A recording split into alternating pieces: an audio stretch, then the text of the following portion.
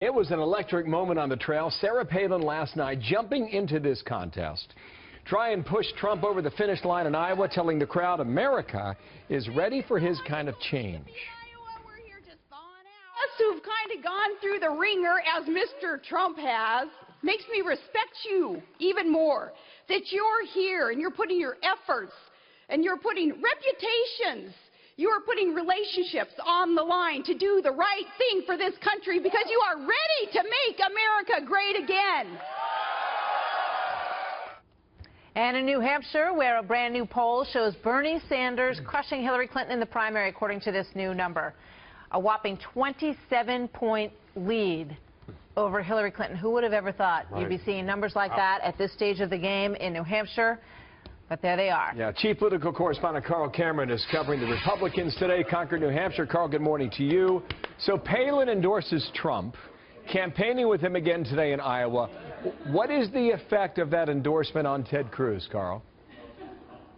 Well, on the rest of the field, it amounts to a big shadow, a big cloud, and a very, very high wall for them to get over in terms of attention. Donald Trump has made his whole campaign about dominating the media with his rallies and his sort of bombastic interviews.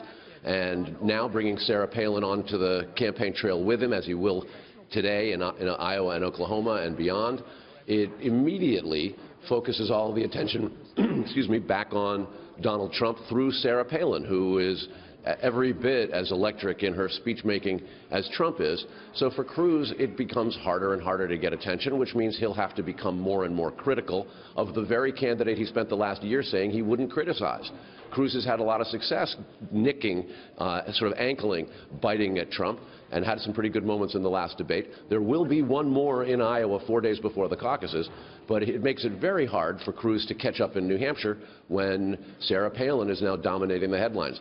The headline of the Union Leader newspaper, the state's largest paper yesterday, said, "New Hampshire undecideds and proud of it," talking about how half of the voters won't make up their minds until after the Iowa caucuses. So for Cruz, it's not a good thing, but then it isn't a good thing for the rest of the field. We've got five candidates here today campaigning, and they're all going to be racing around the state doing multiple events.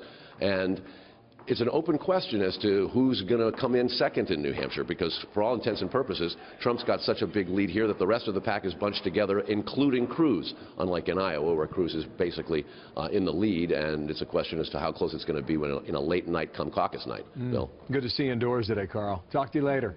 Carl Cameron in New Hampshire. Thanks. You bet.